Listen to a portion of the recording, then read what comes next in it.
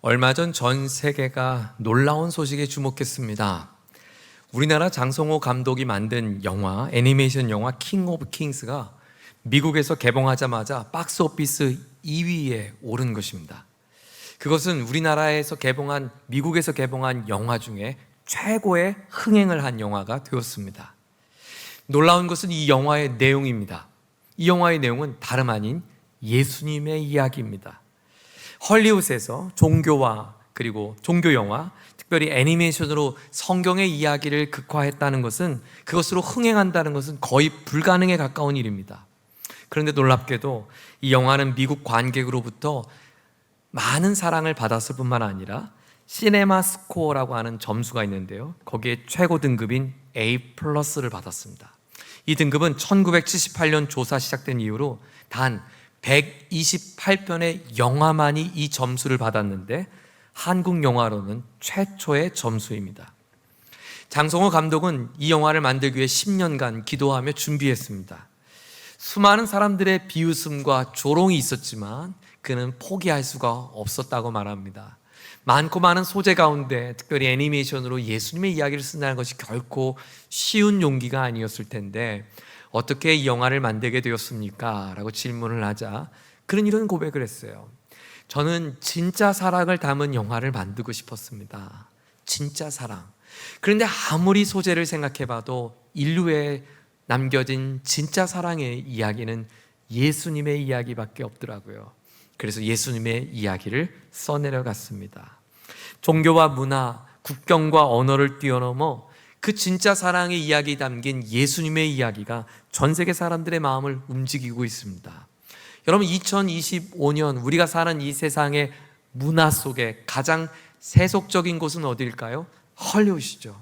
그 헐리우드의 예수님의 이야기에 사람들은 박수치고 있습니다. 저는 이것이 복음의 능력인 줄 믿습니다. 우리 교회가 자녀들에게 이 사랑의 이야기를 들려주고 싶다, 이 예수님을 보여주고 싶다라는 마음으로 갖고 이번 여름 성경학교에 마침 우리나라에도 개봉을 해서 인근에 있는 영화관 2개관을 대관을 했습니다.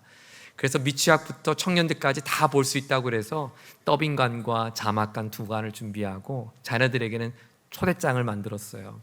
예수 믿지 않은 친구들을 초대하라고요. 지난 한 주간 동안 초대된 우리 아이들이 10명이고요. 초대된 믿지 않는 부모님들이 7분이 초대가 되었습니다. 그래서 우리 자녀들과 함께 그 부모님을 초대해서 함께 영화를 보여주려고 합니다. 저도 보고 싶지만 제 자리를 양보하려고 합니다. 믿지 않는 아이가 한 명이라도 더 그 자리에 앉아서 볼 수 있도록 준비하려고 하는데요, 혹 자리가 남는다면 여러분 가족들에게도 함께 보여드릴 수 있게 하겠습니다.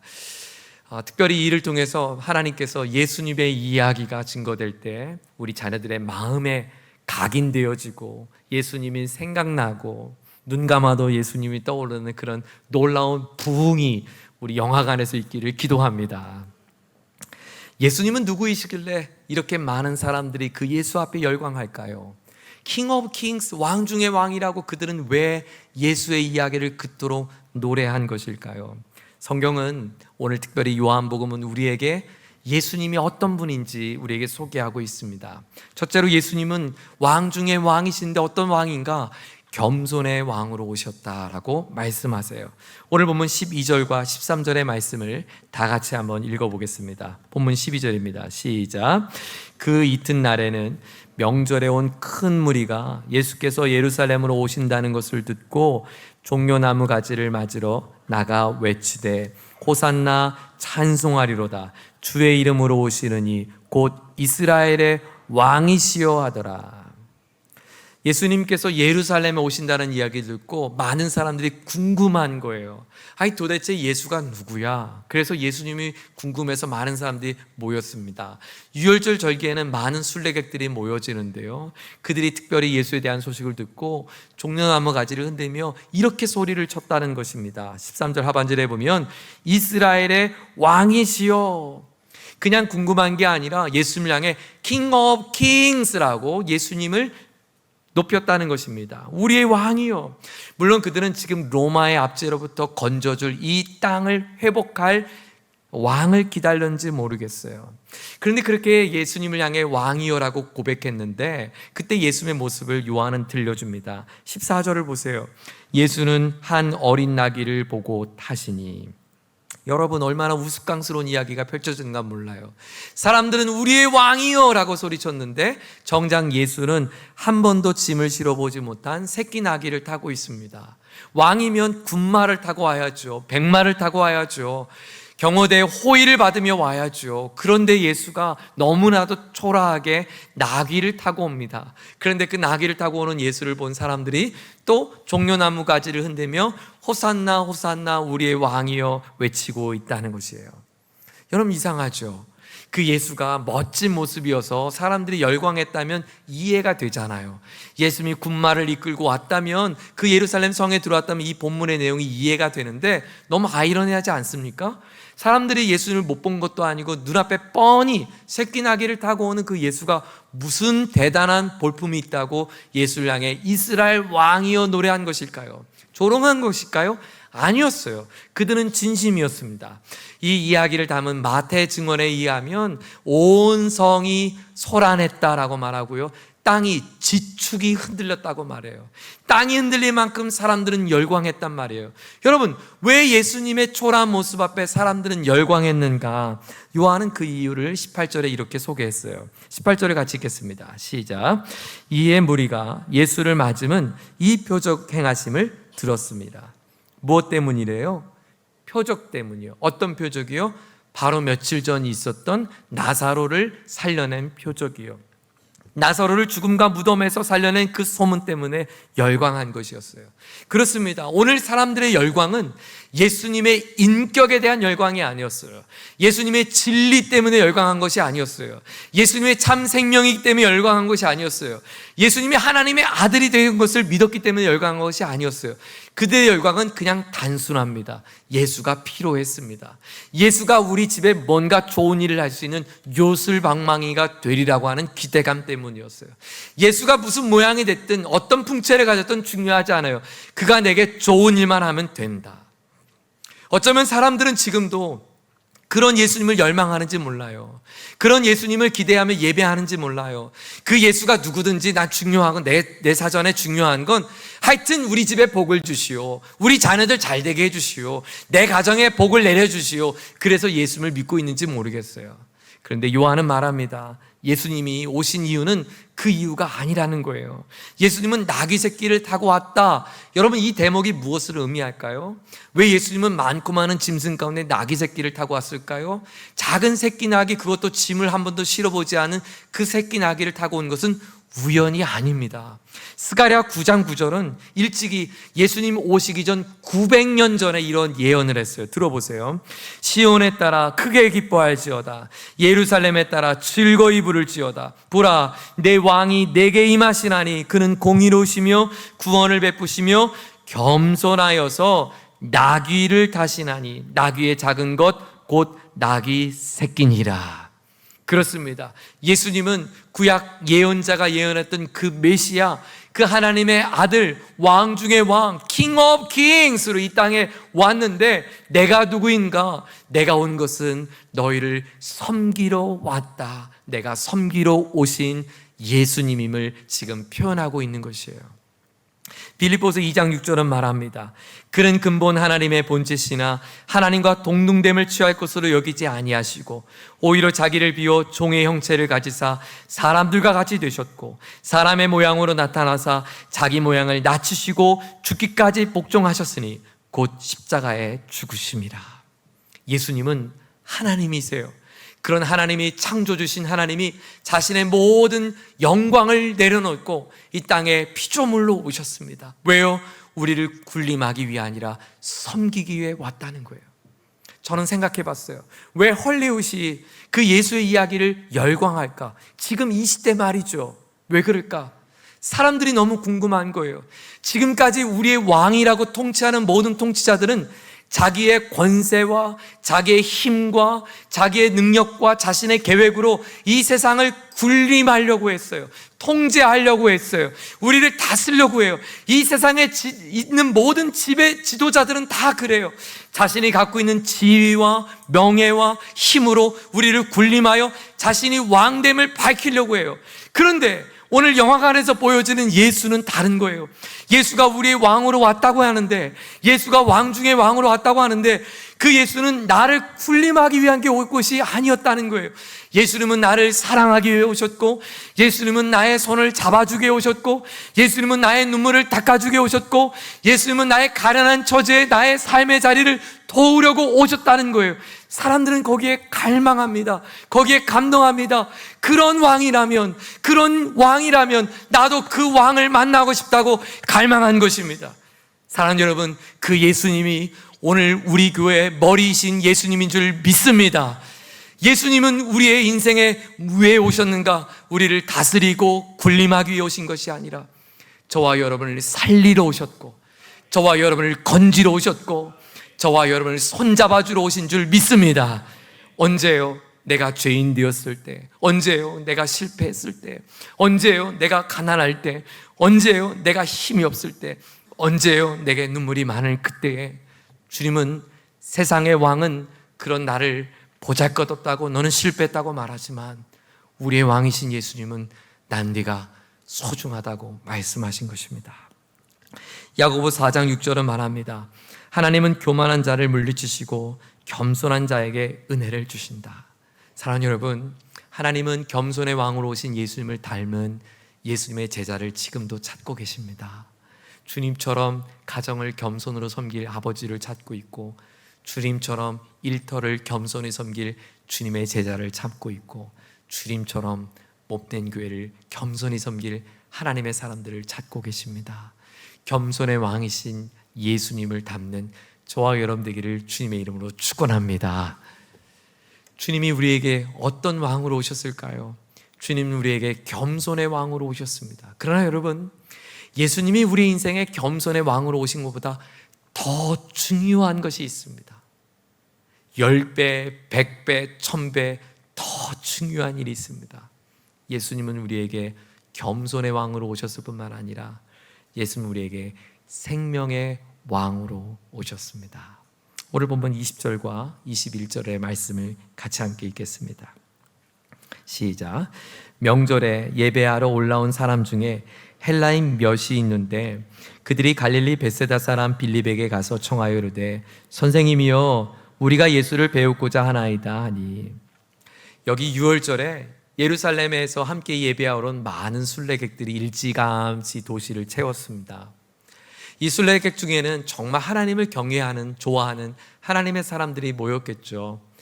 당시는 로마가 지배하고 있었는데 바로 그 직전은 헬라 제국이 다스렸을 때입니다. 헬라 제국의 문화의 배경 속에서 자라왔던 다음 세대들, 즉 언어가 아람어 히브리어보다는 헬라말이 익숙한 다음 세대들이 있었습니다. 유대 땅에 거주하지만, 나는 유대인이지만, 신부는 유대인이지만 헬라가 문화가 익숙했던, 그래서 헬라 사람이라고 불려지는 사람들이 있었어요. 문제는 당시 유대인들이 그들을 향해서 굉장히 경멸했다는 거예요. 너희들은 우리 혈통과 달라. 우린 특별한 선민인데 너희들은 언어도 잃어버리고 얼도 잃어버린 사람들이야. 그래서 그들을 터부시했고 그들은 유대인들과 섞여 살 수가 없었습니다. 너무 궁금한 거예요. 비록 우리는 유대인이지만 헬라 말을 하기 때문에 유대인과 어울리지 못했던 그들이 명절을 지키기 위해서 왔거든요.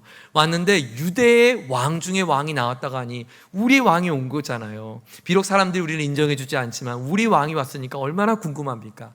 그래서 그 예수를 만나고 싶은 거예요. 근데 만날 접촉점이 없으니까 예수님의 제자에게 찾아갑니다. 우리 예수님 좀 소개 좀 시켜주세요. 예수님 구경 좀 하게 해주세요. 이렇게 부탁을 한 거예요. 누구에게 부탁했대요? 빌립에게 했다고 하죠.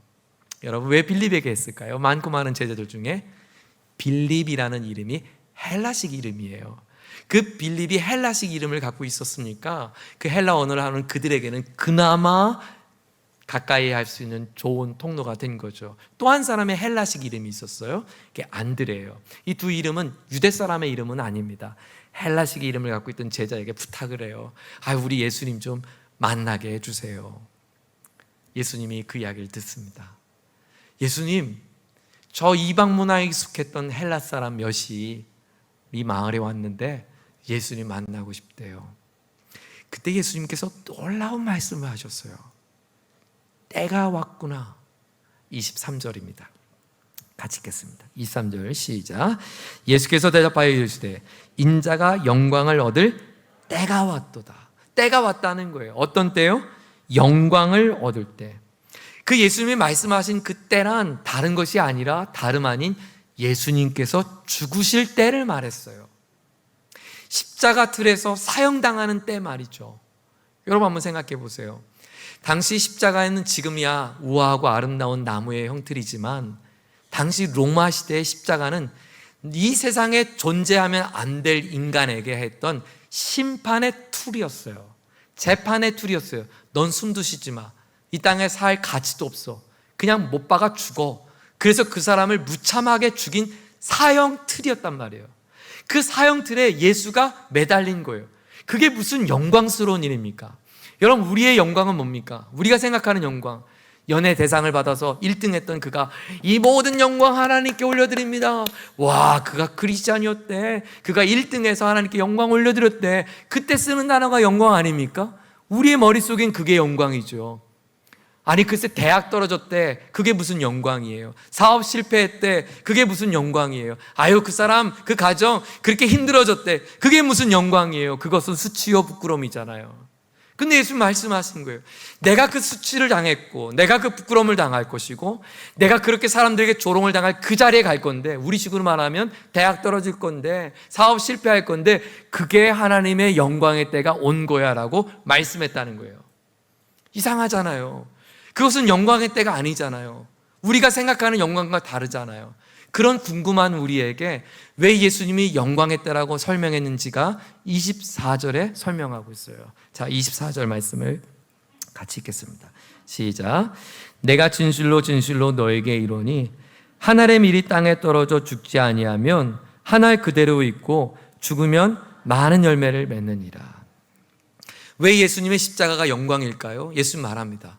봐봐, 한 알의 씨앗이 땅에 떨어져 죽으면 죽은 것 같지, 끝난 것 같지. 근데 안 끝나잖아. 그 씨앗이 땅에 썩어지자 그 안에 무엇이 나니? 생명이 나잖아. 그것도 놀라운 재생산의 생명 말이야. 30배, 60배, 100배 놀라운 영광스러운 거. 그걸 빗대어 설명하셨어요. 내가 죽는 것은 나 한 사람의, 예수가 이 땅에 육신으로 입고 오신 당신의 하나님의 독생자가 죽는 그 죽음은 그냥 사형틀에 사라지고 썩어지고 말게 된 그 사건이 아니라 나의 죽음으로 말미암아 온 인류가 함께 십자가에 못 박고 그 온 인류의 죽음을 대신하여 내가 부활함을 통하여 온 인류가 다시 살아날 영광이라고 예수님은 말씀하신 것입니다. 예수님의 죽음은, 예수님의 부활, 예수님의 사건은 우리에게 주는 놀라운 생명을 약속한 것입니다. 그러면서 이어지는 예수님은 이렇게 말씀하십니다. 너희가 그 생명을 소유했다면 이렇게 살아야 돼. 그리고 25절에 충격적인 말씀을 하셨어요. 자, 예수님의 죽음으로 인하여 생명을 받은 우리는 어떻게 살아야 되는가? 25절을 같이 읽겠습니다. 시작. 자기의 생명을 사랑하는 자는 어떻다고요? 잃어버린다고요. 내 생명을 아끼고 지키려고 하면 잃어버린대요. 잃어버린 단어의 의미는 파괴하다는 뜻이에요. 다 빼앗긴다는 거예요. 그리고 오히려 이 세상에서 자기의 생명을 미워하는 자는 뭐 한다고요? 영생하는 것을 보호받을 수 있다고 말해요. 영원히 사라지지 않는 생명을 보존받을 수 있다는 거예요. 사랑하는 여러분, 이 말씀이 의미하는 게 뭘까요? 예수님의 말씀이 좀 이상하죠. 예수님은 우리를 사랑하라고 해야죠. 너의 생명은 귀한 거야. 그 생명 값진 거야. 그거 함부로 살면 안 돼. 그 생명을 지키기 위해 애써야 돼. 마귀가 집어삼키는 그 생명 되지 않도록 너의 마음의 생명을 지켜. 이렇게 말씀하셔야 되는데 예수님은 너의 생명을 지키려고 하잖아. 그러면 다 잃어버리고 파괴될 거야 라고 말씀하셨어요. 여기 예배하는 많은 분들은 대부분 부모님들이 계십니다. 한번 부모 여러분에게 한번 여쭙게요. 여러분의 생명과 바꿀 수 있는 게 뭡니까? 아내 되신 여러분의 생명과 바꿀 수 있는 것. 남편은 아닌 것 같아요. 자녀죠, 자녀. 자녀를 위해서는 못 바꾸겠어요? 여러분 다 바꿀 수 있죠. 자녀가 잘 되려면 여러분 머리 못 밀겠습니까? 2번이고 10번이고 밀 수 있죠. 그거 왜 못 밀어요? 내 자녀가 잘 되려면 그거야 할 수 있죠. 내 생명보다 귀하게 여기는 게 부모에게는요, 자식이더라고요. 방학 기간 동안 우리 사랑방 식구들을 만나는 은혜 시간을 갖고 있습니다. 지난주에는 그 사랑방은 공통점이 있었어요. 연령별로 모이다 보니까 대부분의 자녀가 고3을 둔 엄마들이었어요. 함께 교제하는데 1시간, 2시간 이야기가 끊이지 않아요. 얼마나 은혜로운지 모릅니다. 다 이야기를 마치고 기도 제목을 여쭤봤어요. 그런데 그 엄마들의 기도 제목이요, 자기 기도 제목이 하나도 없어요. 다 우리 아들, 딸 예수님 잘 믿게 해주세요. 그게 다예요. 아니, 자기가 갖고 있는 인생에 대한 기도 제목이 있을 텐데 자기 기도 제목 하나도 없는 거예요. 그 다음날 우리 80대가 넘으신 우리 한나 여전도회를 만나서 또 함께 사랑방 모임을 가졌습니다. 80대, 90대가 되신 어르신들이었어요. 함께 모여서 대화를 나누는데요, 어머니들의 기도 제목을 들어보니까, 여쭈으니까 어머니들의 기도 제목도 자기 기도 제목 하나도 없어요. 다 아들, 딸들 예수님 잘 믿게 해주세요. 거기에 하나 더 추가된 거, 손주들 잘 믿게 해주세요. 자기 기도 제목 하나도 없는 거예요. 그래서 제가 만났던 엄마들의 기도 제목은, 아니 어떻게 된 게 자기 기도 이게 하나도 없나? 아빠들은 안 그래요. 근데 엄마들의 기도 제목은 다 자기 기도 제목 하나도 없는 거예요. 그때 제가 그런 마음이 들더라고요. 그렇지, 당연하지. 왜요? 엄마들은 자기 인생을 살아본 적이 없어요. 잉태한 그 순간부터 엄마 자신의 인생은 없었어요. 자녀를 위해 10달을 보내왔고, 출산 뒤에는 그 자녀를 뒷바라지해왔으며, 자신이 살아왔던 인생의 모든 삶의 자리는 자녀를 위한 거예요. 소위 시쳇말로 자신의 영혼을 갈아 넣어서 자녀들을 양육하는데 온 마음과 뜻과 정성을 다했을 것이에요. 그런데요, 그렇게 자기 생명보다 귀한 자식을 위해 자신의 모든 생애를 던졌던 엄마들의 기도 제목이 뭔지 아세요? 목사님, 내가 그렇게 자녀를 키웠는데 이제 내 말 안 들어요. 그래요. 이제 내 말 안 듣는데요. 다 컸다고 내 말 안 듣는데요. 교회 가자고 하면 그렇게 성을 내고 이제 눈치 본다는 거예요. 왜 그럴까요? 내 생명처럼 귀하게 여긴 거예요. 내가 붙들며 지키려고 살아보세요. 여러분이 그 생명을 지켜보려고 살아보시라고요. 여러분 안에 그 생명이 쥐어지나? 쥐어지지 않습니다. 쥐어질 것 같은데 내 손에 쥐어진 것이 다 사라질걸요? 자녀가 그렇고요, 물질도 그렇고요, 내가 지켜왔던 명예도 그렇고요, 내가 살아왔던 모든 인덕도 마찬가지고요, 내가 생명처럼 여기며 지켜보려고 하면 지켜볼수록 내 손에 지켜지는 건 아무것도 없습니다. 하나도 지켜지는 게 없습니다. 그런데 이것은 눈에 보이는 것만이 아니더라고요. 눈에 보이는 건 자녀고요, 돈이고요, 명예로운데 눈에 보이지 않는 생명처럼 여기는 게 우리 안에 있어요. 그게 뭔지 아세요? 자존심이요. 그 자존심 버리면 내가 죽는 줄 알아요. 그 자존심이 꺾이면 내 인생이 사라진 거라고 생각해요. 자기 연민이요. 그 자기 연민 때문에 오늘 내가 그 소중한 것, 그거 지키려고 자기 연민 지키느라 내 삶이 얼마나 괴롭게 사는 사람이 많은지 몰라요. 과거의 상처요, 아픔이요. 그거 잊지도 않은 상처를, 흉터만 남은 그 상처를 맨날 쳐다보면서 거기에 파묻혀 살면서 오늘의 나의 삶에 많은 것을 잃어버린 사람들이 굉장히 많아요. 저는 제가 그게 없는 줄 알았어요. 그리고 없다고 생각했어요. 아니, 없다고 말하려고 했어요. 그래서 제가 이 말씀을 준비하면서 지난달을 돌아봤어요. 저는요, 20대 중반 때부터 일찍 사역을 시작했습니다. 아버지가 목회를 시작했기 때문에 저는 학교 갔다 오면 교회 일하는 게 저의 그냥 사역이었어요. 그런데 저는 정말 진짜 열심히 사역했습니다. 저는 제 동역자들에게 자신 있게 말할 수 있어요. 저는 한 번도 대충 사역해 본 적이 없어요. 정말 저는 최선을 다해 사역을 했어요. 제가 학교에서 사역할 때나 교회에서 사역할 때나 한 번도 농땡이 쳐본 적이 없어요. 저는 정말 제 양심을 걸고 최선을 다했어요. 제가 한 번은요, 우리 교회 교육 목사로, 교목하면서 교육 목사로 그때 김원호 목사님 도와달라고 해서 함께 섬기고 있을 때인데요, 제 양복 주머니에는 늘 설교 한 편을 꽂고 다녔어요. 왜 그런 줄 아세요? 담임 목사님 설교 뻥끈하기를 기다렸어요. 그날만을 고대했어요. 그날이 왔잖아요. 월사 새벽 기도 때 김원호 목사님이 새벽 늦으신 거예요. 5분만 기다리면 되는 게 제가 못 기다리고 뛰쳐나왔어요. 왜요? 난 그날을 고대했으니까요. 그렇게 열정이었어요. 제가 섬기는 사역마다 부흥이 있었어요. 한 번도 부흥해보지 못한 일이 없어요. 저는 늘 부흥했어요. 왜? 제가 그렇게 최선을 다했으니까. 저는요, 제가 교회를 사랑한다고 생각했고 청년들을 사랑한다고 생각했고 영혼을 사랑해서 제가 열심히 사역한다고 했는데, 제가 이 말씀 앞에 서 보니까 아니에요. 제 자존심 때문이었더라고요.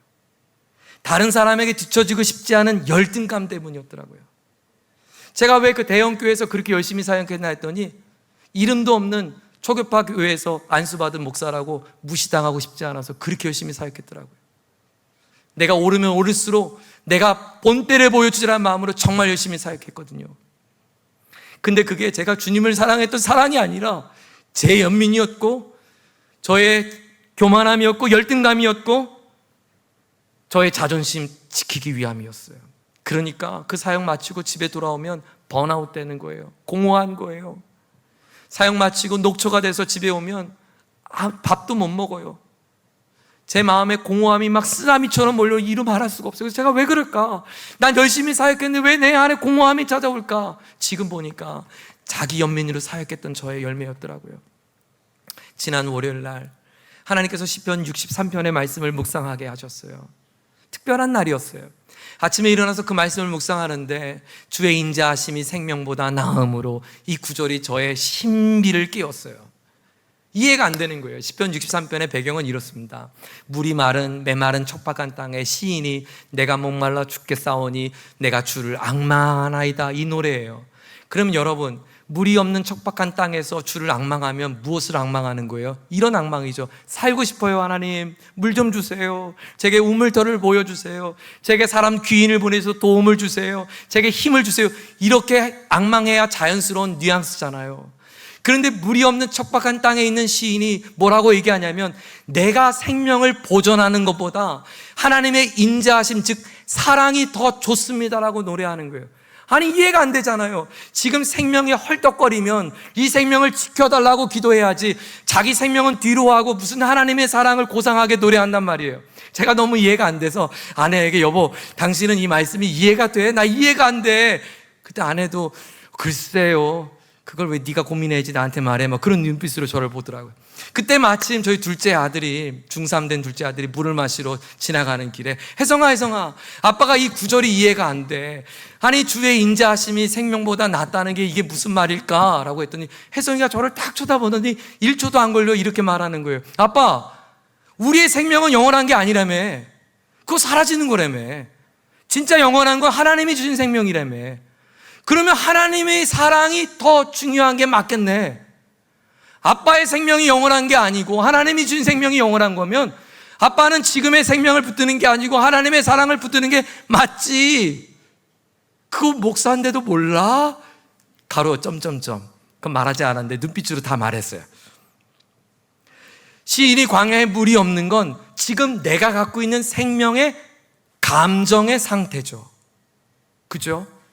시인이 겪고 있는 오늘의 현실의 감정의 느낌이죠. 목이 마르다, 물이 없다, 나 죽겠다. 근데 하나님이 우리에게 주시는 건 지금 내가 유한한 이 생명이 아니라 영원한 생명을 주시는 거예요. 그러면 오늘 하나 잃어버려도, 예를 들면 연필 한 타스가 있는데 한 자루 잃어버려도 나머지 연필이 무한대가 있다면 그 한 자루 잃어버리는 게 무슨 의미가 있겠어요?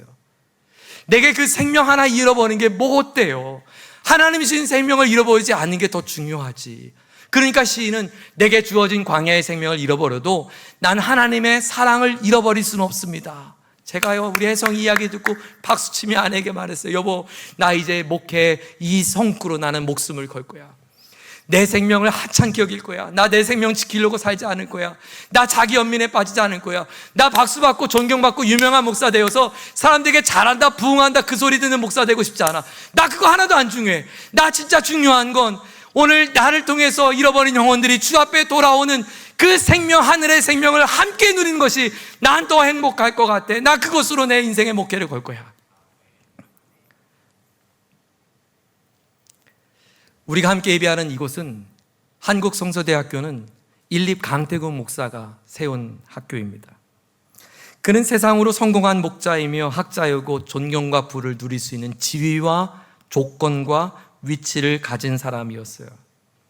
하지만 그는 자신의 인생을 자기 생명을 지키는 데 쓰려고 하지 않았어요. 그는 하나님의 영광스러움, 잃어버린 영혼이 주께 돌아오는, 내가 죽어도 그 영혼이 돌아온다면 그것이야말로 하나님의 영광이라고 말했던 예수님처럼 그런 하나님의 영광의 삶을 자신도 살기를 결단했어요. 1929년 일제치하입니다. 그때 그는 독립운동으로 투옥되었습니다. 1936년 여전히 일본의 잔재가 있을 때 그는 신사참배를 거부하여 또다시 투옥되었습니다. 그리고 하나님의 역사 속에 해방되었고 그 하나님의 특별한 섭리 속에 1947년 도미하여 1951년 신학 박사를 취득하게 됩니다. 그리고 이듬해 이 땅은 6.25 전쟁으로 폐허가 됩니다. 모든 것이 상실되었던 이 민족에 그는 미국에서 몇 소수의 특권의 엘리트가 된 것입니다.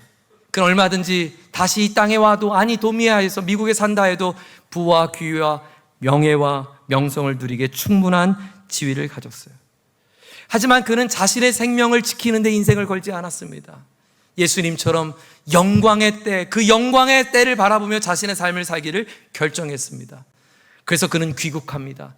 그리고 이 땅이 사는 길은 그 어느 유능한 대통령이 나라를 다스리는 것이 아니라, 유능한 지도자가 나라를 다스리는 것이 아니라, 이 나라가 잘 사는 길은 유일한 우리의 왕 중의 왕이신 예수 그리스도가 이 땅을 통치하는 복음의 이야기가 바로 이 땅을 살릴 수 있는 것이라는 유일한 신앙의 믿음을 그는 지켰습니다. 그는 어느 누구에게 굴복하고 숙이지 않고 복음을 전하며 오는 전국 방방곡 곳에 복음을 듣지 못한 사람이 한 사람이 없도록 산골 마을에 복음을 들고 나아갈 복음의 일꾼을 양성하는 꿈을 갖게 됩니다. 그리고 이곳에 그 대학이 세워지고 73년 동안 이곳에 배출된 수많은 복음의 일꾼으로 한반도 곳곳마다 하나님의 이야기가 써내려가고 있습니다. 하나님은 그에게 정말 하늘의 미랄처럼 자신의 삶을 던지신 예수 그리스도와 같은 작은 흔적의 삶을 살게 하셨습니다. 그리고 하나님은 그 터 위에 우리 교회 공동체를 인도해 주셨습니다. 여기 계신 어느 누구도 이 교회를 처음 개척한 사람은 없습니다. 우린 누군가 개척한 그곳에 함께 몸담았던 분들이죠. 여러분이 이 교회를 세운 사람은 아무도 없습니다. 이 교회는 우리 성도들, 출석하는 성도들 어느 누구도 이 교회의 개척자는 없습니다. 하나님이 교회를 세우셨어요. 그리고 하나님이 세우신 이 교회에 우리는 함께 몸과 마음을 모아 공동체가 되었습니다. 그래서 이 땅에 많은 교회들마다 사명이 있을 텐데 우리 교회는 특별한 사명을 갖고 있는 교회입니다. 우리 교회의 특별한 사명은 바로 이 민족이 살 길은 복음밖에 없다. 복음을 증거할 전도자를 양성해야 한다. 그들을 양성한 신실한 하나님의 사람들을 배출하는 이 대학을 위해 기도하고 지원하고 함께 우리가 이 공동체에서 그 꿈을 꾸는 것이 우리 교회에 주어진 특별한 미션입니다. 저는 말씀을 준비하면서 기도했어요. 하나님, 이 꿈에 매료된 우리 성소학의 다음 세대 자녀들이 이 꿈에 매료돼서 자신의 인생을 이 교회 비전 앞에 드릴 수 있는 하나님의 동역자들을 보내주십시오. 그래서 우리 교회 전도사님, 목사님들이 평생 이 꿈을 위해 함께 뛰어들 수 있는 사람을 보내달라고 기도하고 있어요. 또 기도합니다. 하나님, 이 꿈에 매료된 하나님의 귀한 권속들이 우리 교회의 일꾼이 되어 안수 집사님이 되게 하시고, 이 꿈에 매료된 하나님의 사람들이 장로님이 되게 하시고, 이 꿈에 매료된 사람이 권사님이 되어서 이 교회를 이끌어가는 다른 교회와 달리 이 꿈을 위해 꿈꿀 수 있는 하나님의 리더들이 세워지기를 기도하게 되었어요. 그리고 8월 3주간 동안 여러분과 함께 이 교회의 꿈을 함께 나누려고 합니다. 여기 계신 재직 여러분들, 여러분이 주어진 직분은 일반 교회에서 받은 집사, 안수집사, 장로, 권사의 직분과 조금 다른 의미와 무게감이 있을 수 있습니다. 내게 주어진 하나님의 그 부르심이 무엇인지 이번 청지기 세미나를 통해서 여러분들 함께 배우고 또 함께 기도 제목으로 품기를 원합니다. 그리고 주님은 우리에게 겸손의 왕으로 오신 예수님, 생명의 왕으로 오신 예수님을 따를 하나님의 사람들을 찾고 계실 때 우리 교회가 그 부르심 앞에 응답되어지는 교회가 되기를 원합니다. 우리가 버려야 할, 우리가 지켜야 할 생명은 이 땅에서 살아갈 우리 육신과 내 마음 정도가 아닙니다. 하나님의 나라, 하나님의 영광의 생명을 지킬 수 있는 그 일에 중요함과 가치를 둘 수 있는 소중한 사람들, 저와 여러분 되기를 주의 이름으로 축원드립니다. 같이 기도하겠습니다.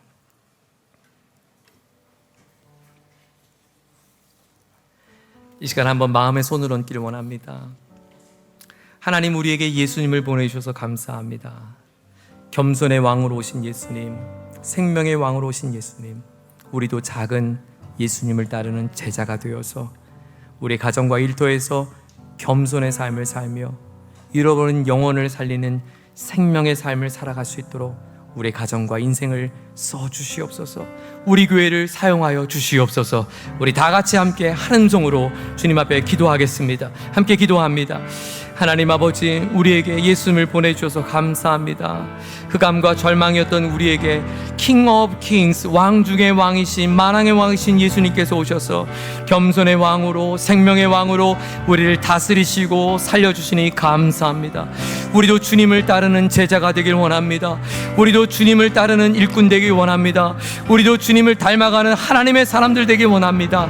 주님께서 이곳에 몸된 교회를 세우시고 하나님의 나라를 꿈꾸게 하셨사오니 하나님 아버지, 우리도 작은 일립이 되어 이 땅에 미랄 대신 주님을 따를 수 있는 하나님의 귀한 동역자, 귀한 친구요, 귀한 아들, 딸들 될 수 있는 몸된 공동체가 되게 하여 주옵소서. 그 주님을 더욱 사랑하기 원합니다. 그 주님을 더욱더 갈망하기 원합니다.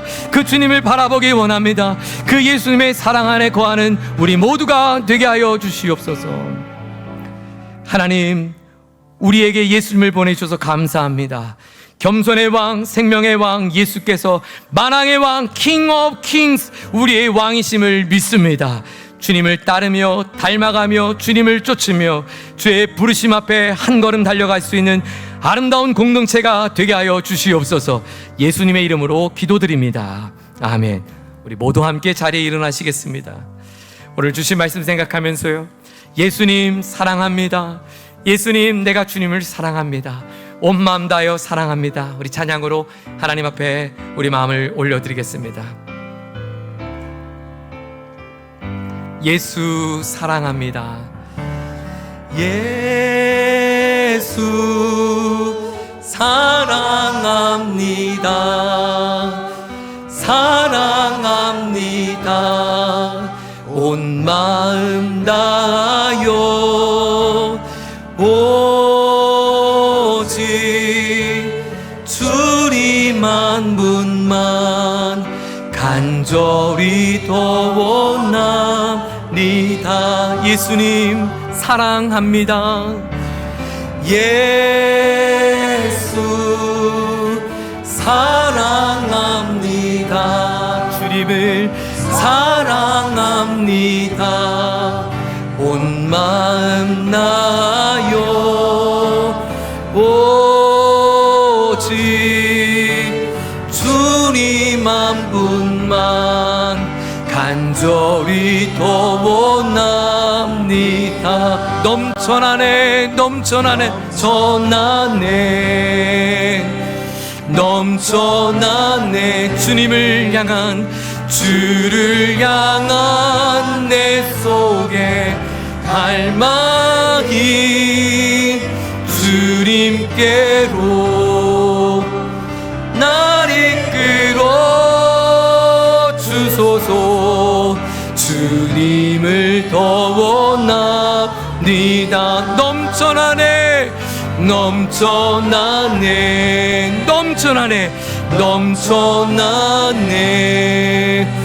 주를 향한 하나님, 그 사랑에 목마릅니다. 내가 주님을 더욱 사랑하겠습니다. 주의 인자하심이 나의 생명보다 귀합니다. 주소서 주님을 더워. 우리 다시 한번 고백하십시다. 넘쳐나네, 넘쳐나네, 넘쳐나네. 주를 향한 내 속에, 주를 향한 내 속에 갈망이 주님께로 날 이끌어 주소서. 주님을 원하니라. 사랑하는 권속 여러분, 진리입니다. 여러분의 생명을 얻고자 애를 쓰면 쓸수록, 여러분의 손에 쥐어지는 그것을 붙들면 붙들수록 결코 그것이 여러분이 지킬 수 있는 것이 아님을 알게 될 것입니다. 예수 말합니다. 너희는 먼저 그의 나라와 의를 구하라. 그리하면 이 모든 것을 너에게 더하시리라. 제가 장담하는데요, 눈물 뿌려 우는 어미의 기도를 주님 결코 외면치 않으십니다. 여러분 자녀들 주님께 맡기십시오. 그리고 여러분 우십시오. 기도하십시오. 붙들고 있었던 것 내려놓으십시오. 여러분 인생의 가정의 사업도 그거 내려놓으십시오. 여러분 아둥바둥 붙들며 살았던 여러분의 인생의 계획 내려놓으십시오. 자기 연민, 제가 붙들고 살아보니까 그거 참말로 제 인생에 가장 불필요한 것이었어요. 버리십시오. 교만함 꺾으십시오. 그 고집 꺾으십시오. 그 상처 언제까지 붙들며 살 겁니까? 그거 내려놓으십시오. 오늘 주님 앞에, 하나님, 나도 주님 앞에 십자가에 매달리며 그 영광의 때를 맞으며 주님 미랄로 썩어지며 살겠습니다. 우리 삶에 일하시 하나님의 영광스러운 일을 나의 인생과 가정과 삶에 베풀어 주시옵소서. 주님, 내가 주의 인자하심을 더욱더 구하겠습니다. 나의 생명보다 하나님의 인자하심을 붙들며 살겠습니다. 주님, 나를 붙들어 주시옵소서. 우리 주여 부르짖고 우리 결단의 기도 올려드리십시다. 우리 간절한 마음으로 함께 기도하겠습니다. 주여, 아버지 하나님, 오늘 주의 권속들이 주의 이름을 부르짖어 기도합니다. 하나님, 오늘 주님 앞에 나의 생명을 지키며 사는 인생이 아니라 나의 삶을 주님께 맡기는 마음으로 살고자 다짐했습니다. 내가 지키려고 했던 나의 고집과 생각이 아니라, 내가 나를 지키려고 했던 나의 계획이 아니라 주님께 나의 마음을 겸손히 내려놓기 원합니다. 주님께 나를 맡겨드리기 원합니다. 하나님, 이 사역도 하나님 나의 연민 때문에 하는 것이 아니라 정말 주님의 영광이며 하나님 잃어버린 영혼이 사는 그 기쁨으로 감당하기를 원합니다. 하나님 아버지, 우리의 가정의 삶에도, 자녀의 양육도, 우리 이스라엘 삶의 자리도 하나님의 그런 복과 그 영광의 은혜를 맛보기 원합니다. 하나님, 오늘도 고민하고 힘겨운 삶을 살아가는 교우들에게 내가 부여잡으려고 했던 이 땅의 삶의 생명을 내려놓고 하늘의 생명을 의지하며 하늘의 생명을 잃어버리지 않게 하여 붙들며, 그래서 이 땅에 주신 하나님의 생명을 누리며 살아가게 하여 주옵소서. 일리 강태근 목사가 모든 것을 내려놓자 하나님은 73년 동안 꺼지지 않는 물길로 이 대학을 인도해 주셨습니다. 하나님의 신비 속에 바꿔가고 계십니다. 하나님의 은혜 속에 바꿔가고 계십니다. 하나님의 역사 속에 이뤄가고 계십니다. 하나님, 지난주 금요일은 이 대학을 설립한 강태국 목사의 27주기를 맞는 추모 예배가 있었습니다. 바로 그의 헌신, 하늘에 미리 되어진 예수님을 따르는 삶을 살기를 결정했던 그의 작은 믿음이 73년 동안 하나님 꺼지지 않는 불길로 우리 대학을 인도해 주었음을 제 눈으로 보았습니다. 한 사람의 인생의 생명이 비할 수 없는 수만에 사는 많은 영혼들을 살렸고, 오늘도 그 복음을 증거하는 수많은 목회자와 하나님의 귀한 신실한 복음 전도자를 통해 하나님의 이야기는 여전히 써내려가고 있음을 믿습니다. 하나님, 우리 교회는 귀한 하나님의 은혜 가운데 그 믿음의 헌신자 위에 세워진 교회입니다. 다른 목적이 아닌 복음을 전하기 위한 교회로 하나님 우리를 만나게 하셨습니다. 그리고 이 교회가 든든히 서갈 수 있도록 귀하고 복된 교우들을 인근 각처에서 보내주셨습니다. 하나님의 선물이고 은혜임을 믿습니다. 하나님, 우리가 함께 한 가족 되어서 예배할 때 우리에게 주신 이 부르심을 기억하고 겸손의 왕이신 예수님, 생명의 왕이신 예수님을 우리 삶으로 전하며 자녀들에게 신앙의 전수를 마다하지 않는 하나님의 좋은 교회가 될 수 있도록 인도해 주옵소서. 하나님 아버지, 특별히 한 주간의 삶 살아가는 우리 교우들 가운데 삶의 자리에 허덕이며 힘겨운 사투를 벌이고 있는 교우들이 있습니까? 하나님, 자신의 생명을 잃을 것 같고 목축일 물이 없어 메마른 광야에 있습니까? 그때 하나님, 나 좀 살려주세요, 그 기도가 아니라 주의 인자하심이 저의 생명보다 더 귀합니다.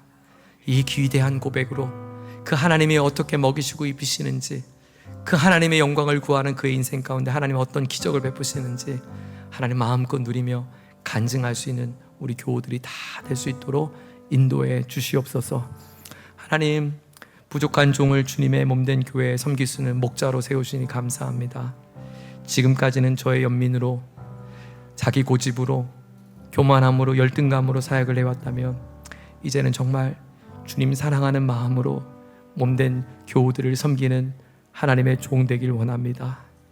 하나님 아버지, 이 일에 같이 마음을 모을 우리 귀한 집사님들, 우리 권사님들, 장로님들 세워주셨는데 함께 한마음 돼서 하나님의 꿈에 매료되어서 주님 오시는 그날까지 하나님의 부여하신 그 사명을 충성스럽게 감당할 수 있는 하나님의 몸된 교회가 될 수 있도록 도와주시옵소서. 우리 교회 머리는 왕 중의 왕, King of Kings, 예수 그리스도임을 믿습니다. 홀로 영광을 받아 주시옵소서. 주 예수 그리스도의 크신 은혜와 하나님 아버지의 담없는 사랑과 성령 하나님의 내주 교통하시는 은혜가 왕 중의 왕 예수님 더욱 사랑합니다 고백하고 찬양하며 그 주님 사랑으로 살아가기를 다짐한 우리 모두와 몸된 교회와 한국성서대학교 공동체 위에 이제로부터 영원토록 함께하여 주옵시기를 존귀하신 예수님의 이름으로 간절히 축원하옵나이다. 아멘.